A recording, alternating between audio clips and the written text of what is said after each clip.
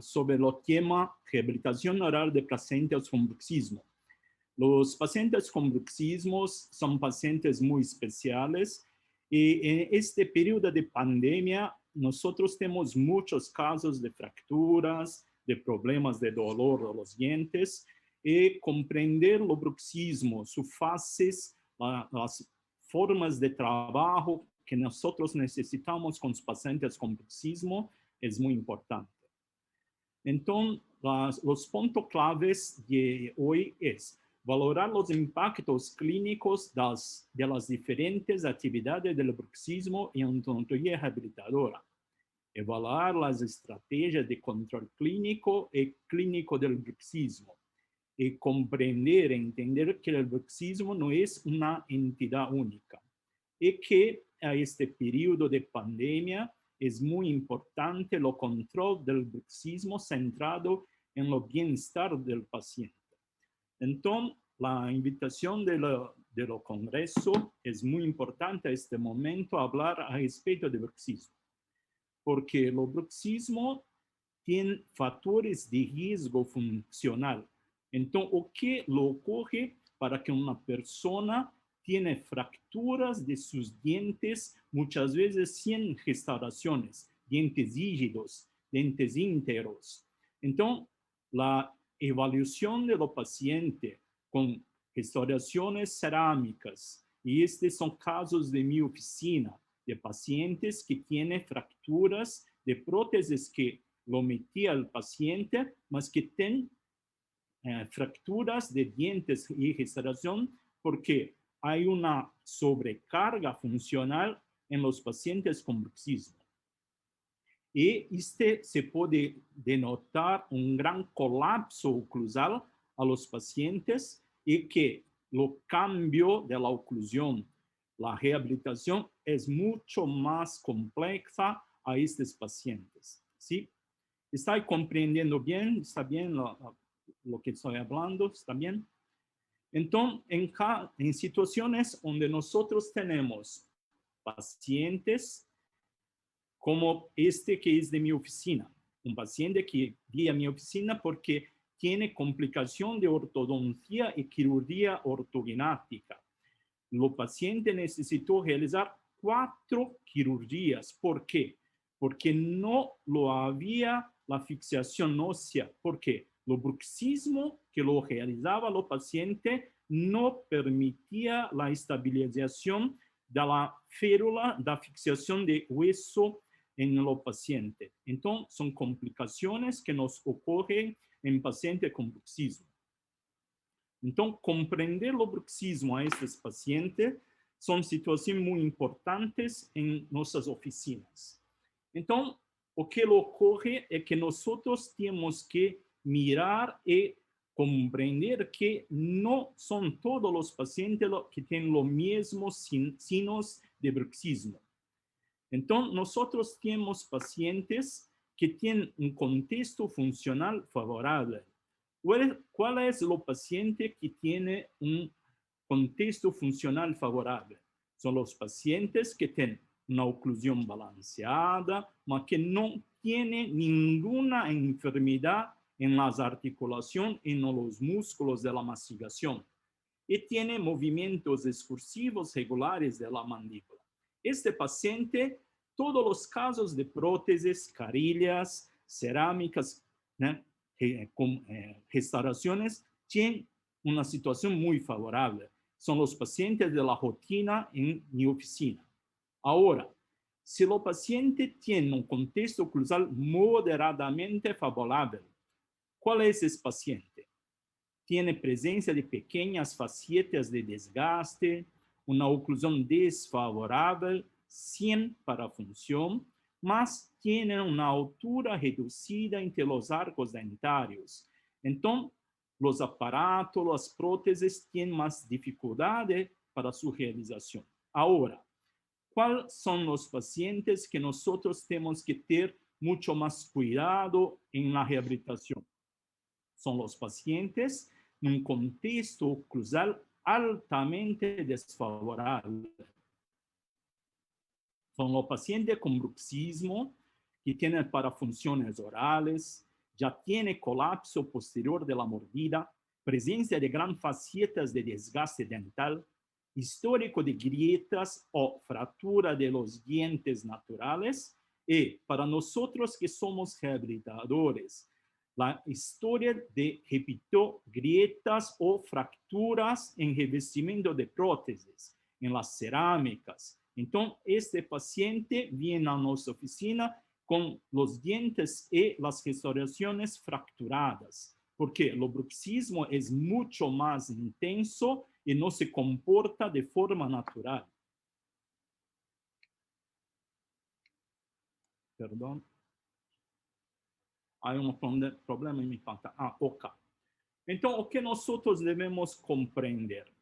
Que el problema de los pacientes que tienen bruxismo no es solamente los problemas con los contactos prematuros, es porque los contactos dentales pueden ocasionar trauma oclusal. Los traumatismos del periodonto por fuerzas funcionales o parafuncionales que provocan lesiones en el dispositivo de soporte del aparato periodontal puede sobrepasar su capacidad adaptativa y reparadora y puede ser autolimitante o progresiva. Este es el concepto de trauma oclusal. Entonces, los pacientes con bruxismo, con parafunciones orales, pueden sobrepasar la capacidad de la resistencia de soporte periodontal y sobrepasar la capacidad de soporte dental. Entonces, los pacientes con bruxismo pueden generar una oclusión patógena, que es una relación oclusal capaz de producir cambios patológicos en el sistema estomatognático. ¿Y cómo nosotros podemos evaluar los signos clínicos de patologías oclusales? Los signos más comunes son el traumatismo del labio por un cambio constante en labio, la verificación de mordeduras de lengua y la mucosa de las mejillas, exostosias óseas, el aumento de la profundidad de sonda periodontal.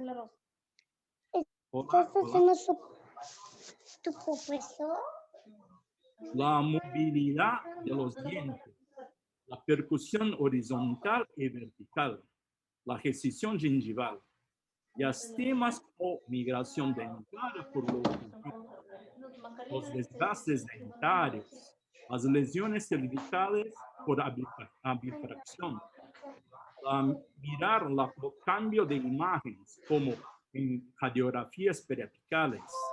Nosotros podemos, para evaluar, sacar tomografías con EBIM, fotos intraorales y el uso de montaje de articulador para el uso y análisis de la oclusión. ¿Está bien? Entonces, ahora, ¿o qué nosotros hacemos? Hay personas que tienen fractura de sus dientes. ¿Ah?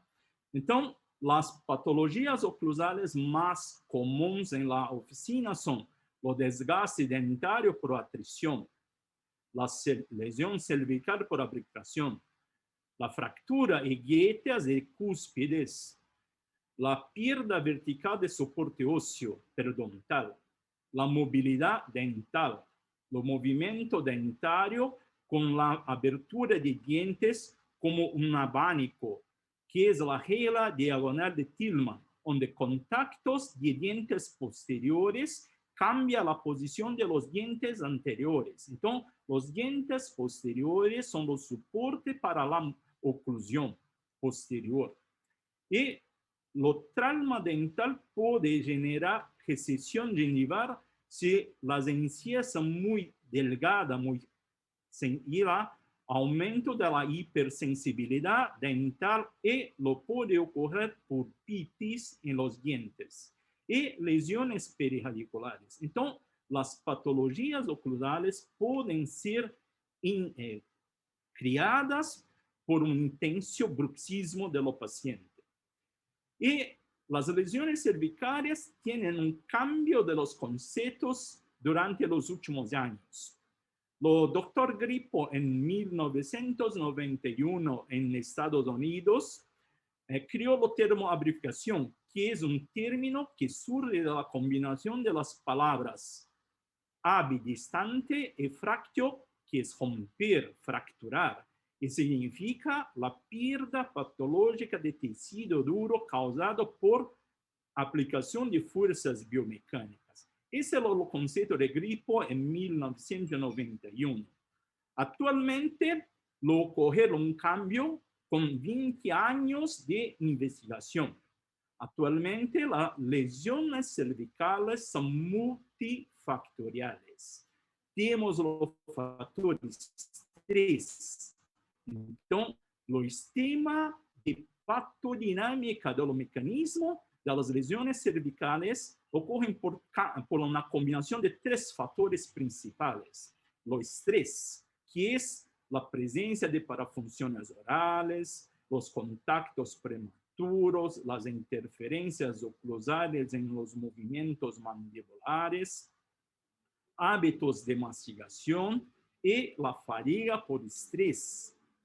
La fricción dental, que le ocurre por acción endógena, como la parafunción, deglución, la abrasión con uso durante la higiene dental y la erosión con líquidos ácidos y la biocorrosión, que es una acción química, bioquímica y una degradación electroquímica.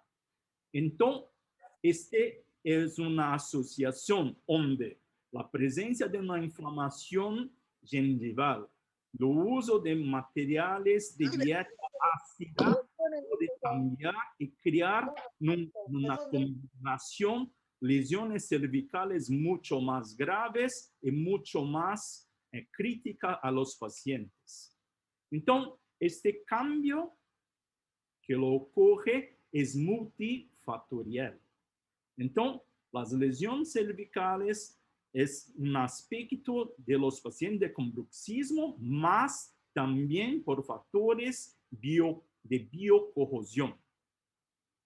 Y comprender la función de los sistemas estomatognático compuesto por las articulaciones temporomandibulares, los músculos de mastigación y los dientes, más que es controlado, que es un trabajo gerado pelo sistema nervioso central. Es un sistema bastante amplio que lo permite mastigar, realizar la succión, respiración, fonación y mastigación. Entonces, a estos pacientes que nosotros iremos rehabilitar y que tienen bruxismo, nosotros necesitamos realizar un especial análisis oclusal, que la investigación y la análisis de los contactos dentarios en la posición posterior de la mandíbula, que en pacientes normales con salud normal es la posición de relación central. Es una posición de orientación de la articulación temporomandibular. Mirar la discrepancia de la posición de intercuspidación máxima que el paciente lo presenta. Entonces, son de análisis, de investigación. Y mirar los movimientos mandibulares, si son movimientos amplios, regulares, este es lo que nosotros necesitamos realizar un análisis de la oclusión. Junto con la análisis de la oclusión, nosotros debemos mirar. Los pacientes tienen síntomas de dolor muscular, dolor en las articulaciones, dolor dental. Este es complementar al análisis oclusal. Y si el paciente tiene hábitos parafuncionales o tiene bruxismo. Este que nosotros necesitamos realizar durante el estudio de los pacientes. Entonces, ¿por qué es importante evaluar los movimientos mandibulares y las posiciones mandibulares? Porque nosotros tenemos un mecanismo neurosensorial, que es un mecanismo de protección de los sistemas estomatognáticos. Entonces, nosotros tenemos mecanismos de protección determinados por el sistema nervioso central. Y el funcionamiento de un engrama es cuando evita interferir en el contacto a través de una desviación mandibular involuntaria. Entonces, ¿qué ocurre con los pacientes cuando nosotros tenemos contactos prematuros? Con los contactos en la posición de retrusión mandibular con las articulaciones en relación central, el periodonto envía informaciones al sistema nervioso central, al cerebro de los pacientes, que lo regula la información y lo envía a través de los neurones para los músculos, coordinando los movimientos mandibulares. Entonces, la mastigación es un ciclo de movimiento donde el cerebro protege los dientes regulando la movimentación dentaria. Entonces, durante la mastigación, nosotros tenemos los alineamientos entre las superficies oclusales y nosotros realizamos un movimiento donde los dientes no tienen contacto dentario efectivo. Tiene un leve toque muy suave durante la mastigación, porque el cerebro controla la mastigación. Entonces, durante la mastigación, nosotros realizamos movimientos individuales que son regidos, coordinados por el cerebro y que promueven una protección dental, evitando que los contactos sean excesivos a los dientes. Entonces, durante la mastigación, los contactos son contactos de presión muy baja, muy baja. Y es muy importante comprender que mastigar no es como una máquina lavadora, no es un movimiento repetitivo, es un movimiento que tiene control de los cerebros. No es un movimiento como una máquina lavadora de ropas. Entonces, nosotros iremos realizar prótesis y restauraciones sin duda en una posición de estabilidad oclusal, que es la posición de intercuspidación. La intercuspidación es la completa intercuspidación de los dientes independiente de la posición condylar. Es la posición donde ocurre el toque dental en los dientes posteriores. Los dientes que necesitan tocar durante la intercuspidación son las cúspides vestibulares de dientes de mandíbula, dientes de soporte, y las cúspides palatinas de los dientes superiores. Los contactos de punta de cúspide y fondo de fosa son lo que ocurre en las cúspides de soporte, en las cúspides de trabajo, funcionales o cúspide de contención céntrica. Entonces, que nosotros necesitamos realizar contacto durante un trabajo de rehabilitación oral. Y las cúspides linguales e inferiores y las cúspides vestibulares de los dientes superiores son cúspides que guían los movimientos y lo permite la trituración del alimento. Entonces, miramos acá una situación clínica en mi oficina. Este es una odontóloga de más de 50 años que viene a mi oficina con la siguiente cuestión. Tiene un problema de endodoncia en los dientes 36, primero molar inferior del lado izquierdo. Lo ocurrió que no había caries y no había motivos para una necrosis pulpar, mas lo ocurrió una necrosis pulpar, una pulpite dentaria, y el endodoncista lo realizó lo acceso para a endodoncia, mas no realizó lo tratamiento de endodoncia. ¿Por qué? Lo quería saber o qué lo ocurrió con los dientes. Y me envió la paciente para una análisis oclusal. Entonces, esta odontóloga tiene un problema pulpar en diente 37, 100 caries, sin lesión periodontal. Entonces, nosotros iremos evaluar la paciente y los contactos dentarios.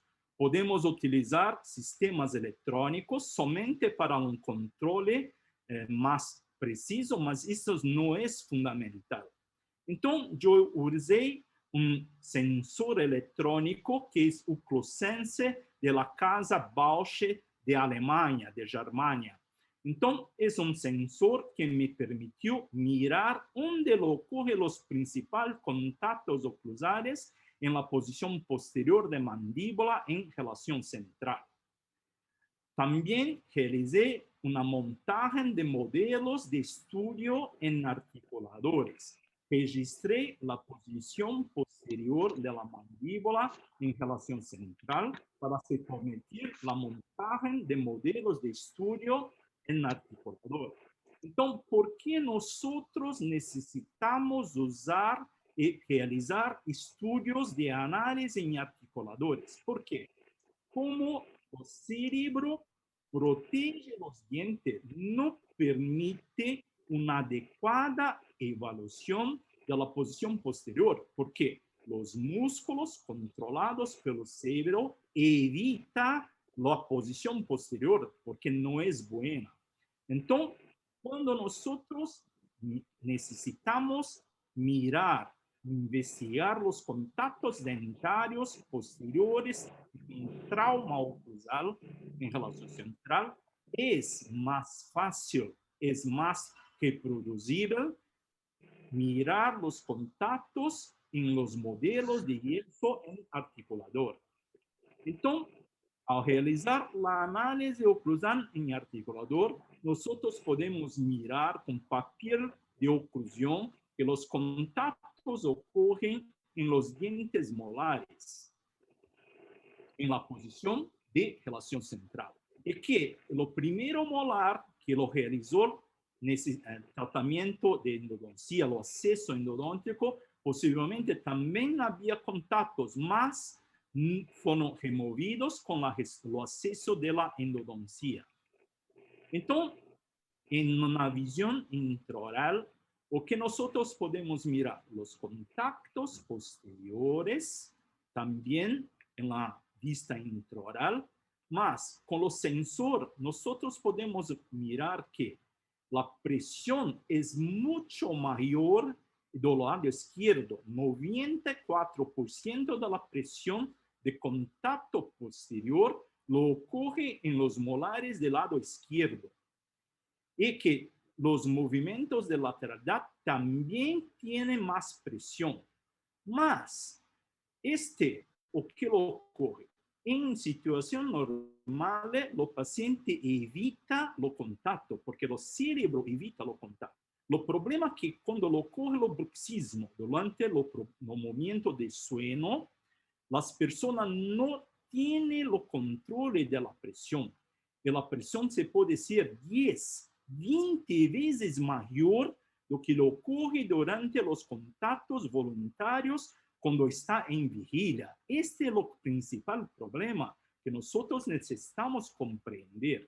Entonces, o que yo realicé? Un ajuste oclusal, un contraste selectivo y lo promoví mejores contactos dentarios. Entonces, un ajuste oclusal en la posición posterior de relación central y lo cambié los contactos creando una nueva intercuspidación. Porque con este ajuste oclusal, nosotros ahora tenemos una nueva intercuspidación y una mejor distribución de los contactos cuando el paciente también lo realiza el bruxismo durante el momento del sueño. Y también mejoré los contactos dentales. La paciente tenía una mordida anterior abierta. Ahora hay contactos anteriores y lo distribuí los contactos con mejor ajuste oclusal, permitiendo una mejor distribución de la presión en los dientes en sus arcadas. Entonces, este es uno de los motivos por qué el ajuste oclusal se tiene que se hacer de una forma programada, no solamente realizándolo apertura y cierre, mas sino en una posición de orientación. Y ahora sí, se puede realizar los términos del tratamiento de la endodoncia con mucho más control, con menor riesgo funcional. Y también lo que nosotros debemos comprender, que lo realicé previamente a la pandemia, una restauración provisoria con compósito, porque lo iré a realizar una restauración indirecta de CAD/CAM para esta superficie, mas no podía realizar durante el periodo de pandemia. Mas o que es importante comprender que cuando yo realicé una restauración de compósito provisional a esta superficie, lo realicé con una recobertura de la cúspide. No solamente lo preenchi la cavidad, mas lo recobrí las cúspides porque el riesgo de fractura de este diente es mucho mayor. ¿Por qué que es mucho mayor? Porque el paciente tiene grietas en el diente. ¿Por qué lo ocurre la necrosis? ¿Por qué lo ocurre la pulpitis? Porque la sobrecarga creó microfracturas que lo ocurre el comprometimiento por bacterias. Entonces, es un diente con grietas y que el riesgo funcional es mucho mayor. Y que lo trabajo ahora es cuál es lo mejor material restaurador. Y ahora también comprender cómo lo ocurre el bruxismo. Entonces, el bruxismo viene de lo griego briken, que significa reginar los dientes. La primera vez que el termo bruxismo se ocurrió en la área de salud fue con las profesionales Marie y Piquevitz en 1907, que introdujeron el termo bruxomania estudiando pacientes con paralisia cerebral, crianças que tienen problemas de paralisia cerebral. Entonces, lo caso de ranger los dientes durante los periodos. El bruxismo actualmente es el concepto de los consensos de bruxismo que lo ocurrió en 2018, es que el bruxismo del sueño y la vigilia son actividades de los músculos mastigatorios que ocurren durante el sueño y que son caracterizados como ritmo o fásico o no rítmico o tónico. Entonces, nosotros podemos tener pacientes que movimentan su mandíbula y que pacientes que no movimentan, que los cierran los dientes con presión, mas no lo movimentan los dientes. Y en la vigilia también tenemos un bruxismo que se caracteriza por contacto repetitivo o sostenido con los dientes o por inmovilización o impulso de la mandíbula.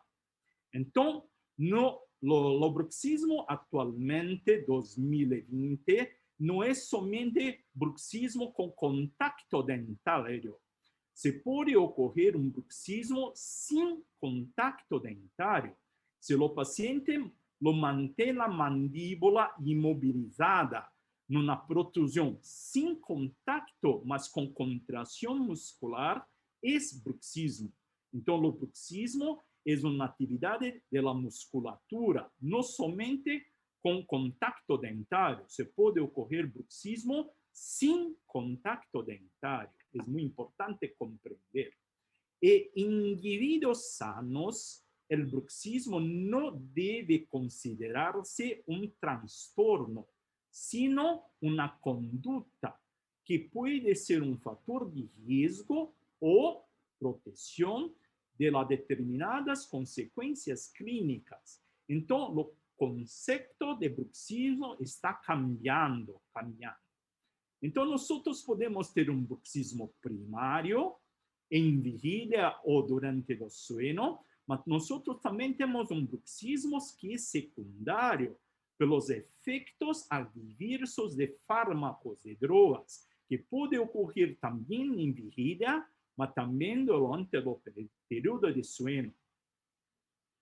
El bruxismo de sueño es una actividad oral caracterizada por el crujir o apretar los dientes durante el sueño, generalmente asociado a microdespertares, microdespiertos. Y el bruxismo de sueño pasó a ser nombrado de bruxismo relacionado al sueño y fue categorizado no más como un disturbio, más unos factores de movimiento relacionados al movimiento mandibular al sueño. Y nosotros también tenemos un bruxismo en la vigilia. Es importante realizar una distinción entre el hábito de apretamiento dentario durante la vigilia y de los episodios de refinamiento dentario durante el sueño, dado que ambos fenómenos obedecen a etiologías distintas y tienen mecanismos fisiopatológicos diferentes. Entonces, o que nosotros debemos comprender que hay un bruxismo durante el periodo de sueño y no otro bruxismo que lo ocurre en la vigilia, que es mucho más por ansiedad. Y que lo puede ocurrir un bruxismo idiopático sin causa médica, sistémica o psiquiátrica, mas que lo ocurre un bruxismo que puede ser en vigilia o sueño, que es iatrogénico, que es promovido pelo uso de fármacos o medicaciones o drogas. Entonces, el uso de fármacos o drogas pueden transformar un bruxismo en un bruxismo secundario. Entonces, el bruxismo se puede ocurrir de forma gradual, donde lo ocurre un cambio de la posición dental con desgaste dental, mas sin gran cambio de la dimensión vertical de oclusión. ¿Por qué? El bruxismo lo lleva a un desgaste dental, más a una compensación dentoalveolar. Mas hay bruxismos mucho más complejos, donde lo ocurre la fractura, la pérdida de la dimensión vertical, porque lo ocurre la fractura y la pérdida de la soporte dental. Entonces, el cambio de la dimensión vertical es mucho más amplio a estos pacientes. La epidemiología del bruxismo es muy contestado. La prevalencia de bruxismo diurno en vigilia, según los informes de los pacientes, es aproximadamente 20% de la población adulta, predominante en mujeres. Mas las investigaciones han cambiado y la presencia del bruxismo se denota en periodo de pandemia mucho mayor. Y el bruxismo, al despertar, parece estar asociado con factores psicosociales y una variedad de síntomas psicopatológicos y que relaciona el bruxismo de sueño. Entonces, actualmente, durante ese periodo de pandemia, nosotros tenemos mucho más casos y situaciones con bruxismo. Y el bruxismo, ¿no?, puede ocurrir por dos fenómenos. Por un incremento dopaminérgico, que es la teoría hiperdopaminérgica, y por una baja de dopamina, que es la teoría hipodopaminérgica. Entonces, los estados hiperdopaminérgicos, que son de situaciones donde las personas tienen mucho más drogas para la felicidad. La hipersensibilidad de los receptores puede ser inducido por uso de anfetaminas, drogas como cocaína, y se puede desarrollar el refinamiento de los dientes durante la vigilia del sueño. Entonces, estas son las drogas, los fármacos que se pueden guiar, los psicotrópicos que se pueden inducir un bruxismo secundario por hiperdopaminérgica teoría. Entonces, el bruxismo del sueño puede ser causado por uso de sustancias como alcohol, la cafeína, la cocaína, las anfetaminas y las sustancias relacionadas a la anfetamina, como las metanfetaminas y el éxtasis. Entonces, se puede tener un bruxismo mucho más deletério para la superficie dentaria. Y hay una hipótesis hipodopaminérgica que se justifica pelo uso de antidepresivos que inhiben la recaptura de serotonina, que resulta en una potencialización de la neurotransmisión serotoninérgica y que se puede promover automatismo oromandibular de crujir los dientes y durante los sueños. Entonces, las medicaciones antipsicóticas, los antidepresivos, notadamente la fluoxetina, mas los citalopram, se puede gerar más bruxismo, y medicaciones para el control de la presión arterial. Entonces, hay muchos factores que pueden aumentar e incrementar el bruxismo. Entonces, el aspecto emocional se puede controlar o se consigue con un tratamiento comportamental, como técnicas de relajamiento, de control de sueño es mejor. Ahora, o que es importante comprender que el bruxismo es importante porque también cambia la acción de los sistemas nerviosos centrales.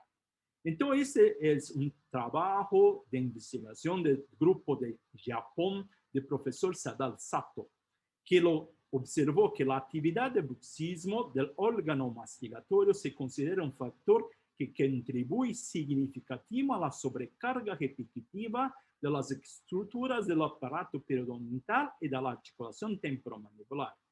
Y la interrelación entre bruxismo y la enfermedad dental debe ser considerada durante el diagnóstico y la planificación de tratamiento de cada paciente. Entonces, nosotros necesitamos individualizar los tratamientos. Entonces, el profesor Sadal Sato lo observó que el bruxismo es una teoría del profesor Sadal Sato, es posiblemente un mecanismo de adaptación donde el cerebro tiene un manejo del bruxismo y los mecanismos de estrés. Entonces, o que el profesor Sato miró en sus investigaciones, que los pacientes que realizan las movimentaciones mandibulares tienen un control de la actividad de la amígdala del cerebro y que lo controla el estrés en el cerebro en animales y humanos. Entonces, es una teoría que muestra que posiblemente el bruxismo es importante como un mecanismo de control de estrés y minimiza los efectos de las patologías generadas por estrés. Entonces, el bruxismo afecta la respuesta del organismo cuando nosotros tenemos estrés. Esta fue una investigación realizada en ratos. Entonces, los investigadores realizaban estrés en ratos. Y los ratos tienen dos respuestas básicas. Los ratos tienen en situaciones de estrés la formación de úlcera gástrica y la formación de lesiones cardíacas. infarto de miocardio. Y los animales que lo permitían, mastigación semejante a los tres, el bruxismo, los animales que realizan bruxismo no tienen úlcera gástrica y no tienen infarto de los miocardio. Entonces, estas investigaciones muestran que posiblemente a través de la actividad de bruxismo, lo estrés, ¿no?, es controlado en los pacientes que tienen bruxismo. Entonces, que el bruxismo posiblemente es un mecanismo de protección dental para los cerebros y para las personas. Es una teoría muy importante de protección. Y el profesor Sato en Japón desarrolló un método de diagnóstico de bruxismo usando pequeñas láminas de 0.1 de milímetro de grosor que lo permite durante el sueño. Lo uso de las férulas muy delgaditas permite mirar dónde lo ocurren los movimientos de la mandíbula. Entonces nosotros podemos mirar cuál es el patrón de bruxismo que el paciente lo realiza.